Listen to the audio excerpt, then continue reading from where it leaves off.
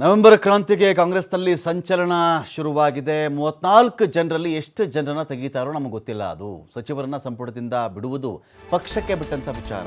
ಯಾರನ್ನ ಇಟ್ಕೊಳ್ಬೇಕು, ಯಾರನ್ನು ತೆಗಿಬೇಕು ಅನ್ನೋದು ಪಕ್ಷ ತೀರ್ಮಾನ ಮಾಡ್ತಕ್ಕಂಥ ವಿಚಾರ ಅಂತೇಳಿ ಮಂಡ್ಯದಲ್ಲಿ ಸಚಿವ ಚೆಲುವರಾಯಸ್ವಾಮಿ ಹೇಳಿದ್ದಾರೆ. ಸಿಎಂ ಸಿದ್ದರಾಮಯ್ಯ ಡಿನ್ನರ್ ಮೀಟಿಂಗ್ ವಿಚಾರಕ್ಕೆ ಸಂಬಂಧಪಟ್ಟಂತೆ ಇವತ್ತು 3 ಅಥವಾ 4 ತಿಂಗಳಿಗೊಮ್ಮೆ ಇದಾಗ್ತಾನೆ ಇರುತ್ತಪ್ಪ. ಅವರು ಊಟಕ್ಕೋ ತಿಂಡಿಗೋ ಅಥವಾ ರಾತ್ರಿ ಭೋಜನಕ್ಕೋ ಕರೆಯೋದು ನಡೀತಾನೆ ಇರುತ್ತೆ. ಹೊಸದು ಅನ್ನೋದೇನೂ ಇಲ್ಲ. ಒಂದು 3-4 ತಿಂಗಳಿಗೊಮ್ಮೆ ಈ ಥರ ನಡೆಯುತ್ತೆ. ಅಭಿವೃದ್ಧಿ ಕಾರ್ಯಕ್ರಮದ ಬಗ್ಗೆ ಸಿಎಂ ಡಿನ್ನರ್ ಮೀಟಿಂಗನ್ನು ಕರೆದಿದ್ದಾರೆ. ಈ ಮೀಟಿಂಗ್ ಯಾವುದೇ ರಾಜಕೀಯ ಚರ್ಚೆ ಮಾಡುವುದಕ್ಕೆ ಕರೆದಿರ್ತಕ್ಕಂಥ ಸಭೆ ಅಲ್ಲ.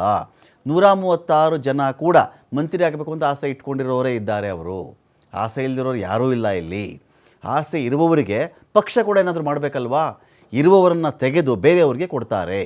34 ಜನರಲ್ಲಿ ಎಷ್ಟು ಜನರನ್ನು ತೆಗಿತಾರೋ ನನಗೆ ಗೊತ್ತಿಲ್ಲ. ನಾಳಿನ ಮೀಟಿಂಗ್ನಲ್ಲಿ ಯಾವ ಚರ್ಚೆ ಕೂಡ ಇಲ್ಲ, ಸಮಾಧಾನ ಪಡಿಸುವ ಅಗತ್ಯ ಕೂಡ ಇಲ್ಲ. ಎಲ್ಲರೂ ಸರಿ ಇದ್ದಾರೆ.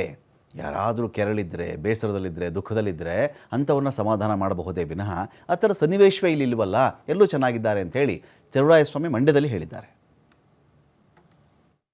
3 ತಿಂಗಳಿಗೂ 6 ತಿಂಗಳಿಗೂ ನಡೀತಾ ಇರ್ತದೆ. ಸರ್ಕಾರದಲ್ಲಿ ಏನೆಲ್ಲ ಡೆವಲಪ್ಮೆಂಟ್ ಕೆಲಸ ಮಾಡ್ತಾ ಇದ್ದೀವಿ, ಅದ್ರ ಬಗ್ಗೆ ಕಾರ್ಯಕ್ರಮಗಳು ಯಾವ ರೀತಿ ನಡೀತದೆ, ಯಾವ ಜಿಲ್ಲೆಯಲ್ಲಿ ಏನೇನು ನಡೆಸ್ತಾ ಇದ್ದೀರಾ, ಜಿಲ್ಲಾ ಉಸ್ತುವಾರಿ ಸಚಿವರಿಗೆ ಜವಾಬ್ದಾರಿ ಏನಿದೆ ಅದ್ರ ಬಗ್ಗೆ ರಿವ್ಯೂ ಮಾಡಲಿಕ್ಕೆ ಸಿ.ಎಂ ಮೀಟಿಂಗ್ ಕರೆದಿರೋದಕ್ಕೂ ಡಿನ್ನರ್ ಮೀಟಿಂಗ್ ಅಂದರೆ ನವೆಂಬರ್ ಕ್ರಾಂತಿ ಚರ್ಚೆ ಟೈಮಲ್ಲಿ ಇಂಪಾರ್ಟೆನ್ಸ್ ಪಡ್ಕೊತಾರೆ ಸರ್.